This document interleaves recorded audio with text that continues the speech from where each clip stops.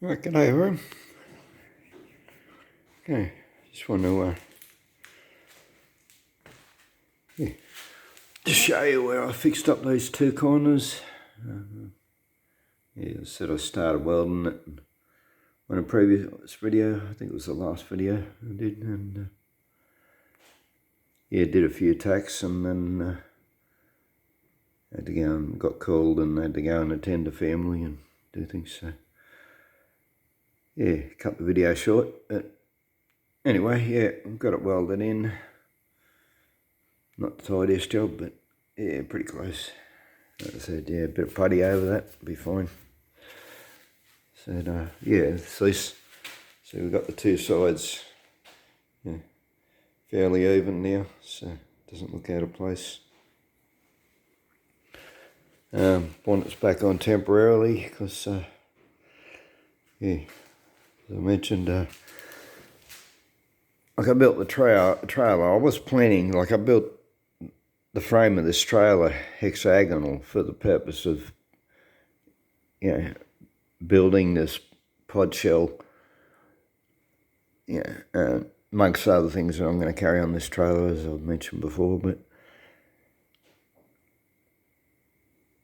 what I didn't allow for, like I put the tyre on it and everything was planned to start at this bar, so I did that. I started the pod shell at this bar, but what I didn't consider and allow for was to open the bonnet, because it juts out another 1.5 inches past there, and then when you open it, it comes out even further. So I had to move my carrier for the spare wheel quite a bit, actually. You can see where it was. That's where it was. So I've moved it good 3 inches or so, and it's currently well, it's still hot, not boiling. I'll let it cool a little bit, but I've filled the whole thing up with fish oil. I'll leave that in there for probably do tomorrow or something. But because it was hot, it should absorb the fish oil into the pores of the metal and just help protect it. Not concerned about this rusting away. I'm concerned about it rusting a hole in the drawbar, and I've got to drill a hole in there now anyway. Let the drain the fish oil out. But it needs to have a hole in there anyway, because you will get a little bit of water coming through. Even when it's bolted down tight, you'll still get that little bit of water come through. So you have to have a drain hole in it. But the next issue, like I had plenty of clearance, the bar fits on it. I'll grab the tyre, actually. Except this, I got heaps of HQ wheels, and this one is narrow in the centre. I don't know what the go is with that, but I've got my other big trailer out there. I've got the car in the way of it, but that's a double axle.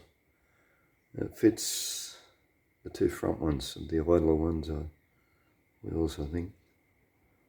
Or it doesn't. Anyway. I said I got brake hubs on one and free spin on the other, and that wheel does fit on one of them, but not on the others. It doesn't fit on all the things. And this bit of tube I made up for one of the other wheels, and it sort of will go on there, but it's try and do this one-handed now while I'm holding the camera.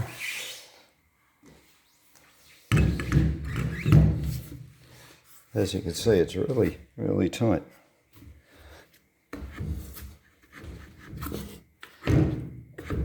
Like I said, some of the hubs on the actual trailer itself, it won't actually go over it. So, just show you how it works. As soon as I find the cap. I know where the cap is. Cap's in here. I'm going to try and do this one-handed now. Hold it up with my head.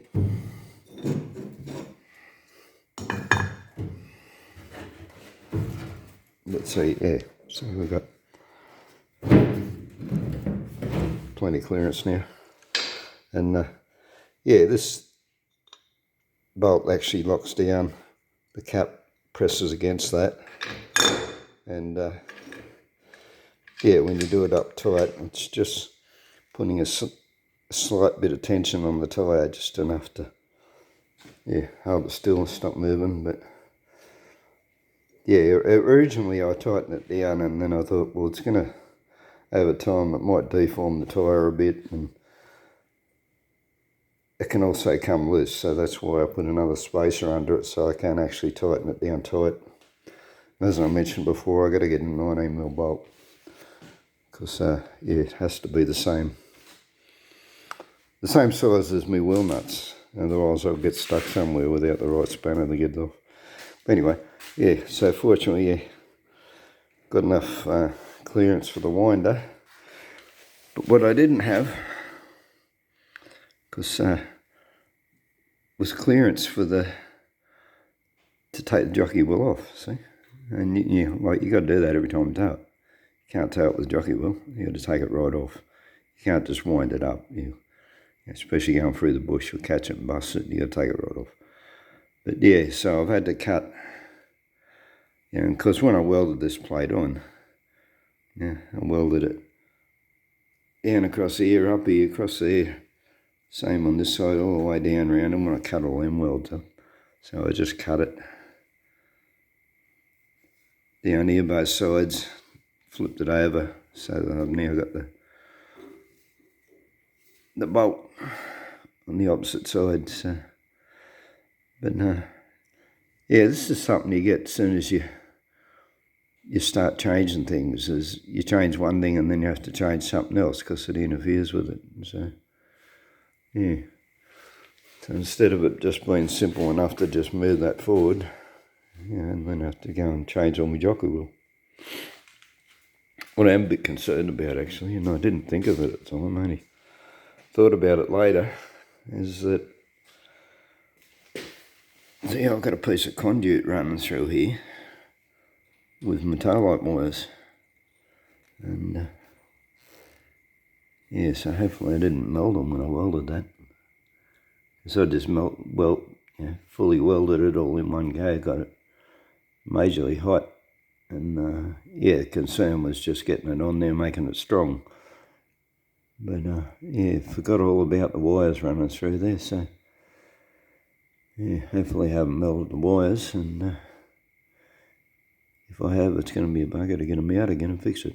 But anyway, we'll get to that soon enough. So I'm going to take it in for rego pretty soon. I've got my government numbers for it now. Got them on a compliance plate. Yeah, I might as well show you that. Not that it's that interesting, but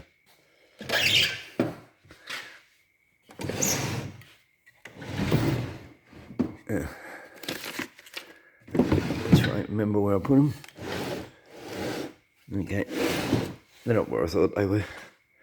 Must have taken them inside. Anyway, got a compliance plate here. So yeah, I'm going to book it in for next pension day, get a rego inspection. So yeah, in the meantime, I'm going to get the shell back off and make those tail lights that were on it that you've seen in the first few videos, make them so I can now bolt them back onto the frame for when I'm not carrying this bug capsule thing. So, because I'm just registering the frame as is without the shell on it. That's the purpose of bolting it on, because it's officially now part of the load. It's not part of the trailer, it's part of the load. So yeah, therefore none of this has to be inspected. It's anyway. And yeah, can't go on with any more of the bog because I've run out of bog. That's another thing that, because I'm going to register the trail this fortnight, I won't be able to buy it out of this fortnight's money either. I'm going to have to, I've got a couple of things I can sell actually. I'll have to get some gum tree ads going. I'm going to Got an old boat motor in there. It's been reconditioned. It was given to me. It's a bit incomplete, but yeah, it's got most of it, all major stuff. So, yeah, get that sold and go and buy another tin of bog and carry on with it. But I mean, I've still got plenty to do. I've still got to clean all these welds up. Still got to, yeah.